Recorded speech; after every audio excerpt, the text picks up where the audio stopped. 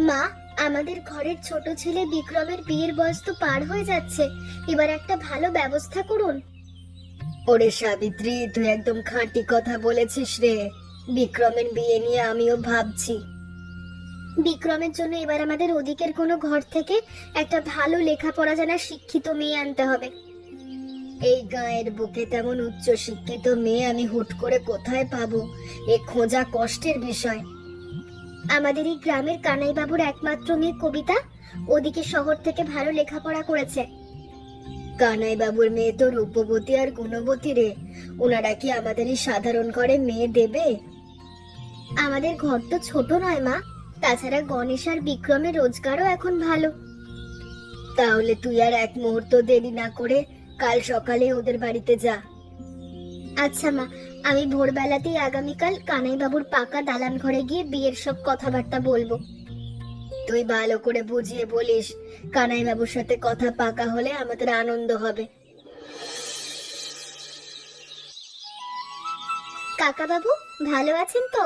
আমি আজ সকাল সকাল আপনার এই পাকা দালান ঘরে একটা দরকারি কাজের কথা বলতে এলাম। আরে মা সাবিত্রী যে, আরে এসো এসো। আজকে হুট করে আমার এই ঘরে অমন বর্ষাকালে এলে কেন? সব ভালো তো? কাকা বাবু, আপনি তো আমাদের ঘরের অবস্থা ভালো করেই জানেন। আমার শ্বশুর বাড়ির সম্মান গ্রামে অনেক বেশি। হ্যাঁ মা, গণেশ আর বিক্রম দুজনেই নামী আর সৎ ছেলে। তোমাদের পরিবারের সুনাম এই গ্রামে সবাই জানে। আপনার একমাত্র মেয়ে কবিতা যদি আমাদের এই বাড়ির ছোট বউ হয়ে আসে, তবে সে সুখে থাকবে। বিয়ে তো আমিও নিজের মনের দায়িত্ব ভেবে জলদি দিতে চাই মা, কিন্তু মেয়ের একটা মতামত দরকার। হ্যাঁ কাকা বাবু, কবিতা তো উচ্চশিক্ষিত মেয়ে। ওর নিজের মনের ভালো ইচ্ছে জানা তো প্রয়োজন। কবিতা আমার আগামী পরশুদিন ওদিকের বড় শহর থেকে নিজের পড়াশুনো শেষ করে এই গায়ের বাড়িতে আসবে।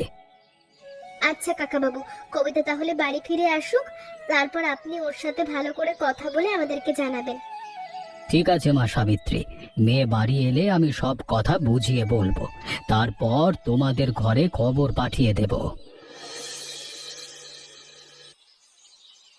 মা কবিতা, তুই ওদিকের শহর থেকে এত লম্বা পথ জার্নি করে এলি, একটুখানি বিশ্রাম নে। বাবা, আমি তো ঘরে পা দিয়েই আরাম পাচ্ছি। আমার এই নিজের বাড়ির হাওয়া স্নিগ্ধ। দেখ মা, আমি তো এখন বয়সের ভারে দিন দিন বুড়ো হচ্ছি। এবার তোর একটা ভালো বিয়ের ব্যবস্থা করতেই হবে। বাবা, আমি তো সবেমাত্র বড় শহর থেকে কলেজে ডাক্তারি পাশ করে এলাম। এখনই বিয়ের কি দরকার? তোর তো এখন সব পড়াশোনা একেবারে পুরোপুরি শেষ হলো মা। এখন আমার এই কথাটা তুই ফেলতে পারবি না। আমি এত কষ্ট করে ডাক্তারি পড়লাম, অথচ গ্রামের কোনো মানুষের চিকিৎসায় হাতে দিলাম না, আর তুমি এসব বলছো? আরে ওসব কথা বলে সময় নষ্ট করিস না মা। তোর নিজের পছন্দের কোনো ভালো ছেলে আছে কিনা বল। আমার নিজের কোনো পছন্দের মানুষ নেই বাবা ওই শহরে। তুমি নিজের চোখে যাকে ভালো মনে করবে তাতেই হবে। আমার নিজের একটা ছেলেকে পছন্দ হয়েছে মা। ওই যে তোর সাবিত্রী দিদি আছে না, ওনার দেওর। সাবিত্রী দিদি দেওরের কথা বলছো বাবা? ওনারা তো খুব ভালো মনের মানুষ। তুমি যা ভালো বুঝবে করো।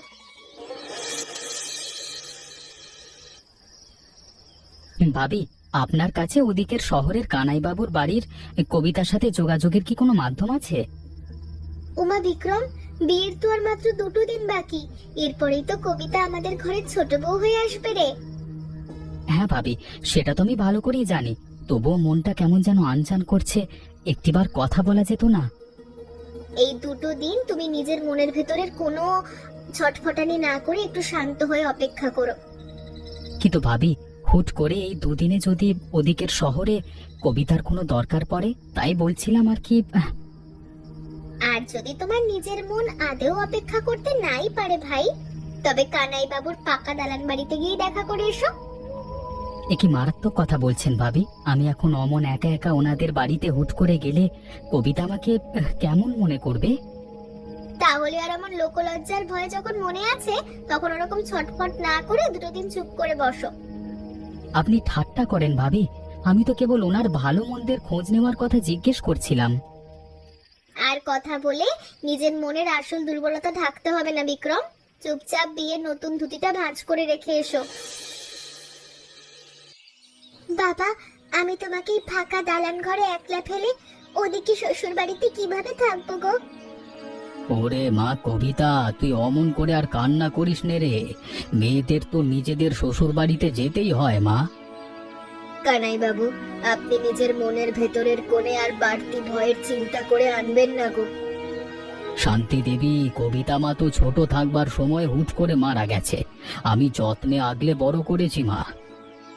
আপনি কোনো চিন্তা করবেন না কানাই বাবু, কবিতা আজ থেকে আমার নিজের পেটের মেয়ের মতোই এই বাড়িতে থাকবে। তুই আমার পরম আদরের একমাত্র মেয়ে কবিতা। শ্বশুর বাড়ির গুরুজনদের সব সময় ভালো করে ভক্তি শ্রদ্ধা করিস মা। আপনি দুদিন পর পরই আমাদের এই মাটির ঘরে এসে মেয়েকে দেখে যাবেন। হ্যাঁ শান্তি দেবী, আপনার এই পরম আশ্বাসের কথা শুনে আমার নিজের বুড়ো মনের ব্যাকুলতা দূর হলো। আর কবিতার যখনই মন চাইবে তখনই ও নিজের বাড়িতে গিয়ে থাকতে পারবে। ওরে ছোট বৌমা, তুই আজ থেকে আমাদের এই বাড়ির সব ভালো মন্দের আসল লক্ষ্মী হয়ে গেলি। মা, আপনারা দুজন আমাকে অমন করে পর করে না রেখে ঘরের সাধারণ কাজের আদেশ দিন না। কবিতা, তোকে এই বড় বাড়ির উনুনের কাদা মাখা কোনো কাজ করতে হবে না রে ভাই। কেন দিদি, আমি ঘরের ছোট বউ বলে কি সংসারের কোনো দরকারি কাজে হাত দিতে পারবো না? না ছোট বৌমা, আমাদের এই বড় সংসারে কাজ করার জন্য বাইরে থেকে ভালো কাজের লোক আসে। তুই তো ওদিকে শহরের কলেজ থেকে ডাক্তার হয়ে এই সাধারণ গায়ের ঘরে এসেছিস। তুই শুধু এই সংসারের প্রতিটি মানুষের সুখ দুঃখের খেয়াল রাখিস মা। তোকে যেমন ছোটবেলায় আমি ওদিকের হাটে আমার সাথে সাথে করে রাখতাম, এখনো তোকে আমি সাথে করে নিয়েছি। দিদি, তুমি ছোটবেলা থেকে আমাকে ভালোবাসো, আজ আমি তোমার এই বড় জার রূপ দেখে আনন্দ পাচ্ছি। মা, আপনারা দুজনে আদৌ ভালো মনের মানুষ। আমার এই গায়ে এত সুন্দর ঘরে বিয়ে হয়ে খুব ভালো হলো। ও দিদি শান্তি দেবী, আমার এই বুড়ো পিঠের কড়া ব্যথাটা দিন দিন বেড়ে চলেছে। টাকার অভাবে শহরেও যেতে পারছি না। আপনি নিজের মনের ভেতরের কোণে আর কষ্ট চিন্তা রাখবেন না ঠাকুমা, ওসব দূর করুন। এই ভাঙা শরীরের চিকিৎসা কি আদৌ করা সম্ভব হবে দিদি? কবিরাজ তো চড়া দামের বড় বড় বড়ি দেয়। আপনি বুঝি এখনো জানেন না ঠাকুমা, আমার ওদিকে শহরের ঘরের যে ছোট বউ এসেছে ও তো ডাক্তার। ওমা, কি আনন্দের কথা শোনালেন গো দিদি। তোমার ছোট বউ কি সত্যি পারবে গ্রামের মানুষের রোগ ভালো করতে? হ্যাঁ ঠাকুমা, আপনি আজ এই গায়ের মানুষকে জোর দিয়ে বলে দেবেন আমার ছোট বৌমা খুব ভালো চিকিৎসা করে। ঠাকুমা, আপনার নিজের শরীরের কোথায় কষ্ট হচ্ছে আমাকে একদম নিজের নাতনির মতো খুলে বলুন তো। ওমা ডাক্তার বাবু, আমার এই কড়া বাতের ব্যথার কারণে রাতে ঘুম হয় না, চোখ দুটো জ্বালা করে। আপনি আর চিন্তা করবেন না ঠাকুমা, আমি ভালো বড়িগুলো দিচ্ছি, এগুলো রোজ সকালে নিয়ম করে খাবেন। আর একটা কাজের কথা মনে রাখবেন ঠাকুমা, প্রতিদিন মাঠের তাজা সবুজ শাকসবজি আর ভালো ভালো ফলমূল বেশি করে খাবেন। তুই তো খুব দয়ালু আর দেবীর মতো মনের মেয়ে মা। ঈশ্বর তোর এই হাতের যশ চিরকাল অক্ষুণ্ণ রাখুন। বিক্রম, ওদিকে শহরের কলেজ থেকে ডাক্তারি পাশ করার পর থেকে আমার নিজের মনের কোণে একটা ইচ্ছে আছে। কিসের ইচ্ছার কথা বলছো কবিতা? তোমার লেখাপড়ার সব কাজ তো শেষ হয়ে গেছে, এবার নতুন কিসের ভাবনা আবার? আমাদের এই ছোট গায়ের সাধারণ মানুষদের চিকিৎসার অভাব দূর করার জন্য আমি একটা ছোট্ট হাসপাতাল তৈরি করতে চাই। এই কাদা মাটির অজ পাড়া গায়ের বুকে হুট করে অমন হাসপাতাল আদেও কিভাবে গড়ে তোলা সম্ভব হবে কবিতা? তুমি যদি দয়া করে আমার এই মনের ইচ্ছেটা মা আর দাদা ভাইদের কাছে ভালো করে বুঝিয়ে বলে একটা ব্যবস্থা করতে। কিন্তু কবিতা, তুমি একলা মানুষ হয়ে এই পুরো গ্রামের এতগুলো রোগীর চিকিৎসার চাপ আদেও কিভাবে সামাল দেবে? ওসব নিয়ে তুমি নিজের মনের ভেতরে একদম চিন্তা আনবে না বিক্রম। শহরের বড় বড় ডাক্তারবাবুরা কি হুট করে আমাদের এই দরিদ্র গাঁয়ের হাসপাতালে এসে গরিবদের বিনামূল্যে সেবা দিতে রাজি হবেন? হ্যাঁ বিক্রম, ওদিকে শহরে আমার এমন অনেক ভালো মনের চিকিৎসক আছেন যারা গ্রামের মানুষের বিনামূল্যে চিকিৎসা করতে চান। বাহ কবিতা, তোমার এই পরম দয়ালু মনের মহৎ চিন্তা শুনে আমার নিজের মনের ভেতরের কোণেও আনন্দ আর প্রীতি জমল। তাহলে তুমি আর এক মুহূর্ত সময় নষ্ট না করে আগামীকাল সকালে সোনালী রোদ উঠতেই মায়ের সঙ্গে সব কথা বলো।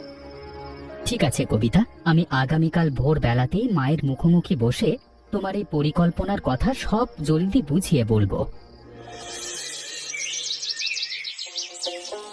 মা, কবিতা ওদিকের শহরের কলেজ থেকে পাশ করে এসে আমাদের এই গায়ে একটা ছোট্ট হাসপাতাল করতে চাইছে।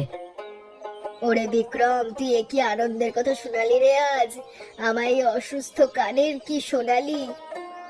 হ্যাঁ মা, কবিতা কাল রাতে আমাকে ওদিকের বারান্দায় বলছিল গ্রামের গরিব মানুষদের অল্প টাকায় ভালো চিকিৎসা দেওয়া দরকার। আমরা তো নিজেদের এই বড় সংসারের জন্য ঠিক এমন একটা উচ্চ শিক্ষিত আর মার্জিত মনের ছোট বই চেয়েছিলাম। কিন্তু মা, এই গায়ের বুকে একটা পাকা দালানের হাসপাতাল তৈরি করবার জন্য তো টাকার প্রয়োজন হবে। ওরে বিক্রম, তুই টাকার কথা ভেবে আর নিজের মনের ভেতরের ভয়ের চিন্তা কষ্ট পাস না। হ্যাঁ বিক্রম, মায়ের জমানো পুট্টিতে যে কটা টাকা আছে, আর গণেশ তো বাজারে ভালো দান বিক্রি করে অনেক নতুন টাকা এনেছে।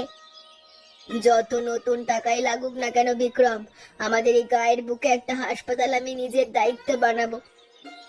আমরা এই গ্রামের সাধারণ নিঃস্ব মানুষদের সামনে মাথা উঁচু করে গর্বের সাথে বলবো আমাদের ছোট বউ ডাক্তার। তুই আর এক মুহূর্ত দেরি না করে ছোট বৌমাকে ওদিকে শহরের সব প্রয়োজনীয় ঔষধ আর যন্ত্রপাতি ভালো করে গুছিয়ে আনতে বল। আচ্ছা মা, আমি এখনই কবিতাকে ডেকে ওনার এই সুন্দর কাজের সব ভালো ব্যবস্থা করবার কথা জলদি গিয়ে জানিয়ে দিচ্ছি। মা কবিতা, তুই নিজের চোখ দুটো খুলে একবার ভালো করে চেয়ে দেখ, আজকে তোর আর আমার এতদিনের স্বপ্ন পুরোপুরি পূর্ণ হলো রে। বাবা, আমার নিজের মনের ভেতরের কোণে আজ কি পরিমাণ প্রীতি আর আনন্দ হচ্ছে তা মুখে বলে বোঝাতে পারবো না। আমি তোকে ওদিকের শহরের কলেজ থেকে ডাক্তারি পাশ করিয়ে এই ছোট কাদামাটির গায়ে ফিরিয়ে এনে ভাবনায় ছিলাম। হ্যাঁ বাবা, তুমি যখন এমন বড় ঘর থেকে আমার এই বিয়ের সম্বন্ধ পাকা করেছিলে তখন আমিও মনে মনে ভয় পেয়েছিলাম।